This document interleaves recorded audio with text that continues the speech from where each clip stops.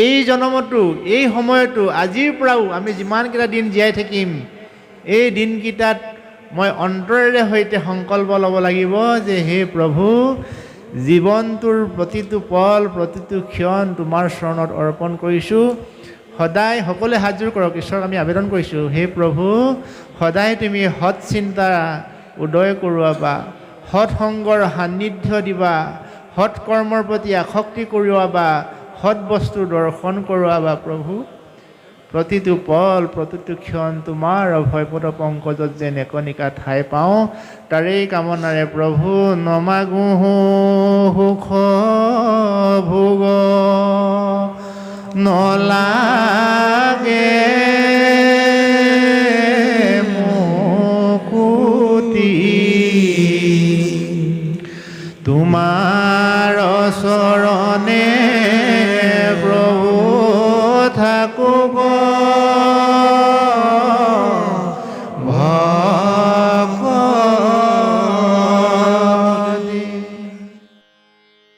কলিযুগত যদি আমি যজ্ঞ কৰোঁ, কলিযুগত যদি ধ্যান কৰোঁ, কলিযুগত যদি আমি পূজা পাৰ্বণ কৰোঁ, কদাপি ঈশ্বৰ প্ৰাপ্তি নহয় নহয় নহয়। তেতিয়াহ'লে কলিযুগত কি কৰিলে ঈশ্বৰ প্ৰাপ্তি হ'ব? অ কলিত পায় গতি নাম কীৰ্তনত আপুনিহে কৰে নৰে আপোনাৰ গতি, আপোনাক আপুনিয়ে নেও অধোগতি। আকৌ ধুনীয়াকৈ বুজাই কোৱা কোনো প্ৰয়োজন নাই, নহয়নে? আমি ইচ্ছা কৰিলে আমি নিজেই নিজক বহু দূৰ আগুৱাই নিব পাৰিম। আৰু যদি আমি ইচ্ছা নকৰোঁ, এখন নাও যদি পানীত মেলি দিয়া যায়, নাওখন যদি লক্ষ্যস্থানলৈ আগুৱাই নিনিয়ে, নাওখন কিন্তু ভটিয়াই গৈ থাকিব। জীৱন নৌকাখনি যদি আমি আগুৱাই নিনো, সেই নদীৰ নৌকাখনিৰ দৰে নাওখন ভটিয়াই যাব। নাওখন ভটিয়াই গ'লে আৰু উজুৱাবলৈ বৰ কষ্ট দেই বন্ধু। জীৱনত আমি মহাপুৰুষীয়া ধৰ্মৰ মানুহ, আমি কৰ্মফলৰ ওপৰত বিশ্বাস কৰোঁ।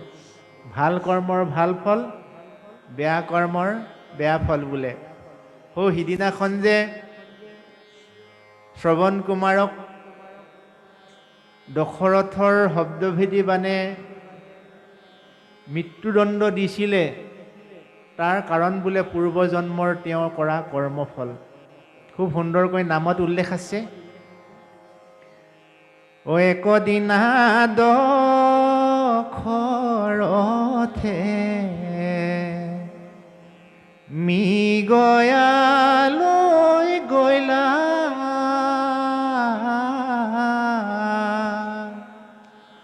শব্দভেদী বান মাৰি ঐৰে বামুণক বধিলা।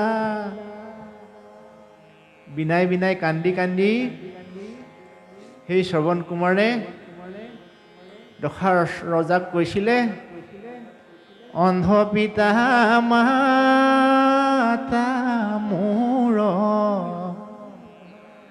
বাট চাই আছে, শীঘ্ৰে কৰি লৈ যোৱা ঐৰে পিতা মাতাৰ কাষে। কান্দে সিন্ধু মুনি সৰজুৰ তীৰে, পূৰ্ব জন্ম কৰ্ম ফলে ঐৰে বিন্ধিলে কহৰে। গতিকে এই কথাষাৰৰ লগত আজি এই ধ্ৰুৱচৰিত অধ্যায়টো মিলিছে। মাকে কৈছে যে পূৰ্বজন্মে জাতো নাৰাধিলি ঋষিকেশ, সিকাৰণে দুৰ্ভগাৰ গৰ্ভে ভৈলি জাত। পূৰ্বজন্মে জাতু নাৰা ঢিলি ঋষি কেশ সিকাৰণে দুৰ্ভোগ আৰু গৰ্ভে ভৈলি জাত। গতিকে আমি যে এতিয়া যি স্থানত আছোঁ, এই স্থানত আমি পূৰ্বজন্মত কৰা ভাল কামৰ কাৰণে আজি আমি এই স্থানৰ গৰাকী হৈছোঁ। গতিকে এই জন্মতো, এই সময়তো, আজিৰ পৰাও আমি যিমানকেইটা দিন জীয়াই থাকিম, এই দিনকেইটাত মই অন্তৰেৰে সৈতে সংকল্প ল'ব লাগিব যে হে প্ৰভু, জীৱনটোৰ প্ৰতিটো পল, প্ৰতিটো ক্ষণ তোমাৰ চৰণত অৰ্পণ কৰিছোঁ। সদায় সকলোৱে হাতযোৰ কৰক, ঈশ্বৰক আমি আবেদন কৰিছোঁ, হে প্ৰভু, সদায় তুমি সৎ চিন্তা উদয় কৰোৱাবা, সৎ সংগৰ সান্নিধ্য দিবা, সৎ কৰ্মৰ প্ৰতি আসক্তি কৰোৱাবা, সৎ বস্তু দৰ্শন কৰোৱাবা। প্ৰভু, প্ৰতিটো পল, প্ৰতিটো ক্ষণ তোমাৰ অভয়পদ পংকজত যেন একনিকা ঠাই পাওঁ, তাৰেই কামনাৰে প্ৰভু নমাগো সুখ ভোগ নলাগে মুকুতি, তোমাৰ চৰণে প্ৰভু থাকোঁ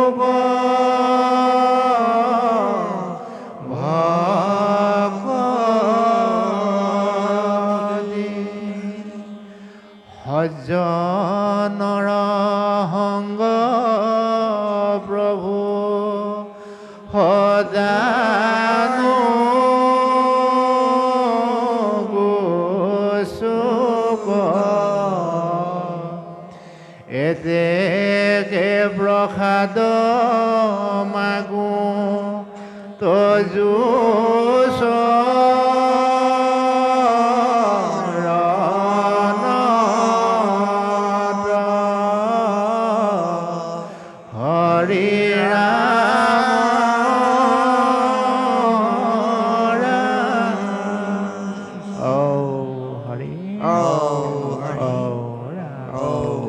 আৰু আমি প্ৰত্যেকজন মানুহেই যদি ঈশ্বৰক এই ভাগ প্ৰাৰ্থনা কৰোঁ, তেতিয়াহ'লে আমাৰ কেতিয়াও জাত পাতক লৈ, ভাষা ভাষিক লৈ, উচ্চ নিচক লৈ, ধনী দুখীয়াক লৈ কেতিয়াও আমাৰ মাজত সংঘাত নহয় নহয় নহয়।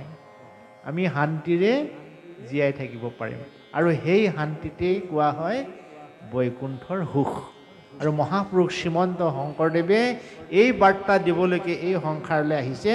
তেওঁ উল্লেখ কৰিছে যে সত্যযুগে ধ্যান কৰি পাৱে যে নমত, ত্ৰেতা যুগে সেই গতি পাৱয় যজ্ঞত। পৰম ব্ৰহ্ম ভগৱন্তক সত্যযুগত ধ্যান কৰি লাভ কৰিছিলে, আৰু সেই ভগৱন্তক ত্ৰেতা যুগত যজ্ঞ কৰি লাভ কৰিছিলে। পূজা কৰি পাৱে সেই গতি দাপৰত, কলিত পাৱয় গতি নাম কীৰ্তনত। দ্বাপৰ যুগত পূজা পাতল কাৰ্যসূচী আমাৰ মাজত আছিল।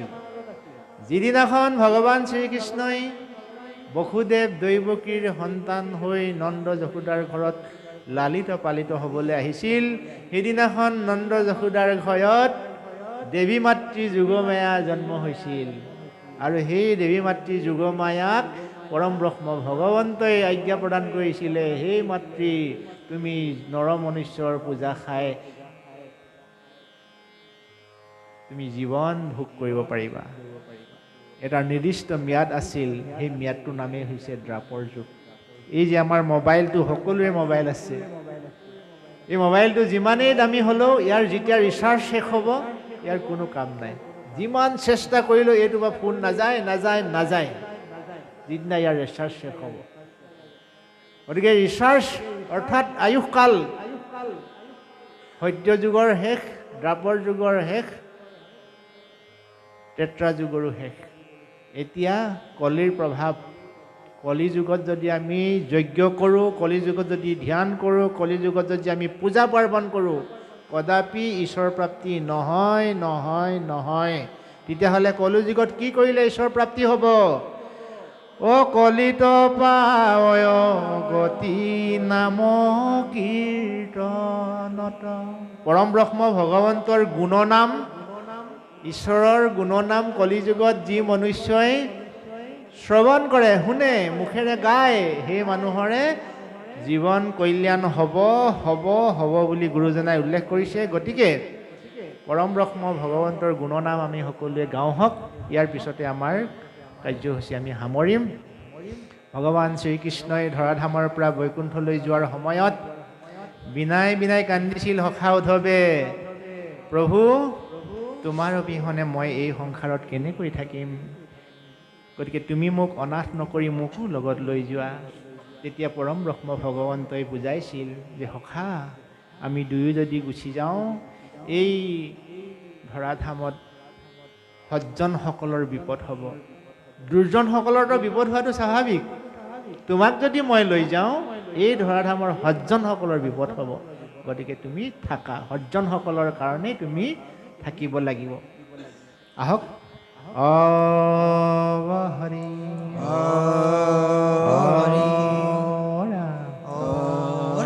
মই যাওঁ বৈকুণ্ঠলৈ,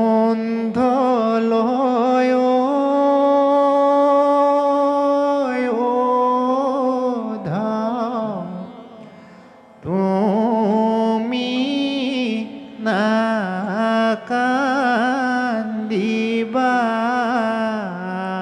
কৃষ্ণ বদৰিকা আশ্ৰম খনি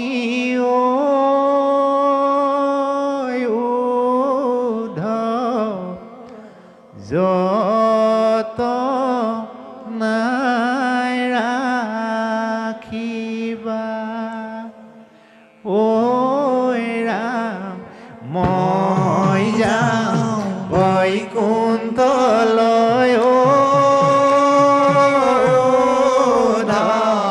তুমি নাকান্দিবা।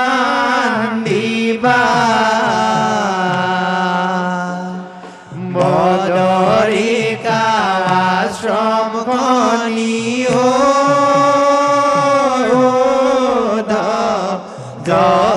যতনে ৰাখিবা।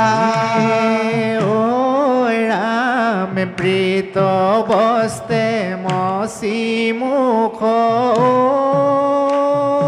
প্ৰভু তেজিয়ানি শ্ৰাখ, ও স্নেহে উদ্ধৱক ধৰি, ও প্ৰভু বুলিলা শ্ৰাখ। ৰাম মই যাওঁ বৈকুণ্ঠলৈ,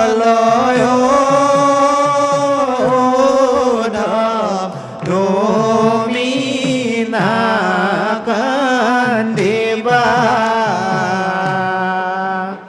ও বদৰিকা আশ্ৰম খনি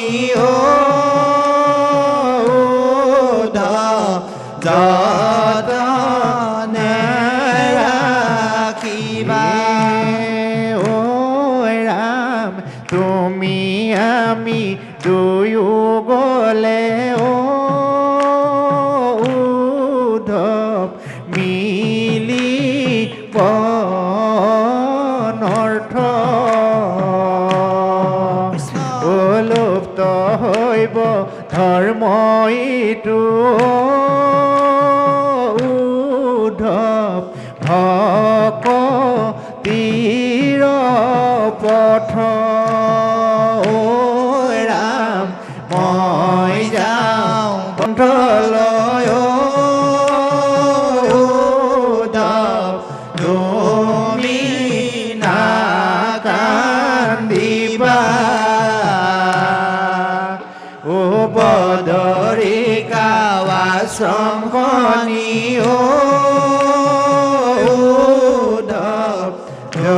যতনে ৰাখিবা।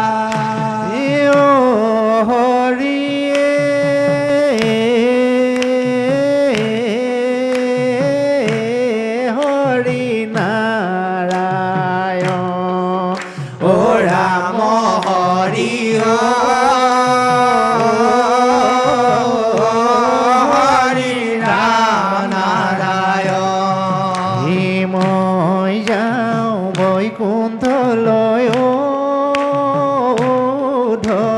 তুমি নাকান্দিবা বদৰিকাশ্ৰমখনি যতনাই ৰাখিবা মই যাওঁ বৈকুণ্ঠলৈ তুমি নাকান্দিবা বদৰিকাশ্ৰমখনি যতনাই ৰাখিবা বদৰিকাশ্ৰমখনি যতনাই ৰাখিবা হে ৰাম ৰাম ৰাম ৰাম প্ৰীতবস্তে মচি মুখ তেজীয়া নিশ্বাস স্নেহে উদ্ধৱক ধৰি বুলিলা আশ্বাস তুমি আমি দুয়ো গ'লে মিলিব অনৰ্থ লুপ্ত হৈব ধৰ্ম ইটো ভকতিৰ পথ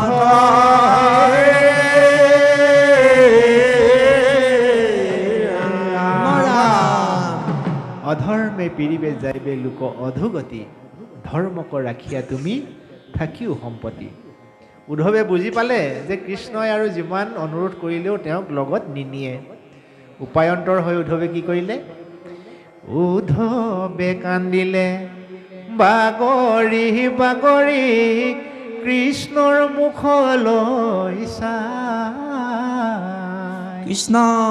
কৃষ্ণয়ো কান্দিলে উদ্ধৱক সাৱতি সান্তনা দিওঁতা নাই হে ৰাম ৰামে উদ্ধৱে কান্দিলে বাগৰি বাগৰি কৃষ্ণৰ মুখলৈ চাই কৃষ্ণয়ো কান্দিলে উদ্ধৱক সাৱতি সান্তনা দিওঁতা নাই হে ৰাম ৰামে জীৱনে দিনীয়া জীৱন দুদিনীয়া জীৱন কচুপাতৰ পানী কোনোবাই এদিনা যাবগৈ লাগিব দেহাটো ইয়াতে এৰি হে ৰাম ৰামে উদ্ধৱে কান্দিলে বাগৰি বাগৰি কৃষ্ণৰ মুখলৈ চাই কৃষ্ণয়ো কান্দিলে উদ্ধৱক সাৱতি সান্তনা দিওঁতা নাই কৃষ্ণয়ো কান্দিলে উদ্ধৱক সাৱতি সান্তনা দিওঁতা নাই ৰাম জয় হৰে কিয়ে জয় জয় হৰি গোপাল গোবিন্দ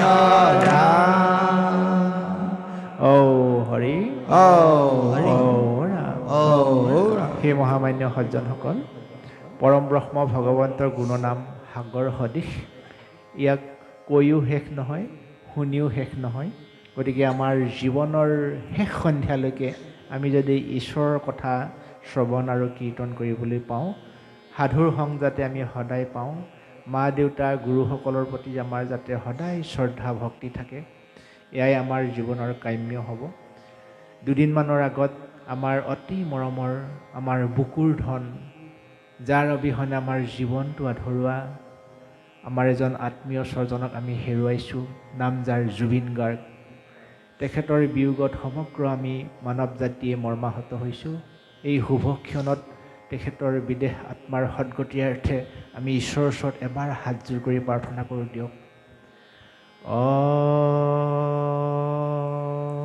হৰি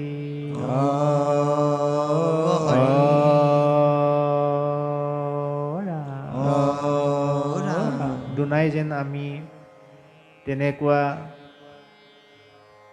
বজ্ৰবাক্য শুনিবলৈ নেপাওঁ আমাৰ আপোন কোনো সন্তান যাতে তেনেকুৱা অকাল বিয়োগ নহওক এই উদ্দেশ্যে আমি সকলোৱে ঈশ্বৰৰ ওচৰত প্ৰাৰ্থনা কৰিছোঁ আমাৰ দেশ মাতৃৰ ৰক্ষাৰ অৰ্থে যিসকল জাগ্ৰত প্ৰহৰীয়ে অহৰ্নিশে আমাৰ বাবে জীৱন উচৰ্গা কৰিছে তেওঁলোককো ঈশ্বৰে কৃপা কৰক।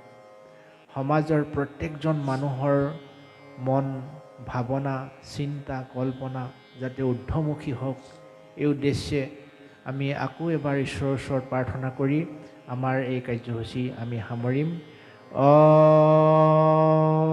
হৰি হৰি কৃষ্ণ কৃষ্ণ কৃষ্ণ। সেই মহামান্য সজ্জনসকল সকলোলৈকে শ্ৰদ্ধা ভক্তি সেৱা জনাই আজি আপোনাৰ সবৰ আমন্ত্ৰণ ৰক্ষা কৰি মূল আসনত অধিষ্ঠিত হৈ ঈশ্বৰৰ অমৃত কথাত আঁত ধৰোঁতে শত সহস্ৰ ভুল কোটি দায় দোষ অপৰাধ আজি হৈছে।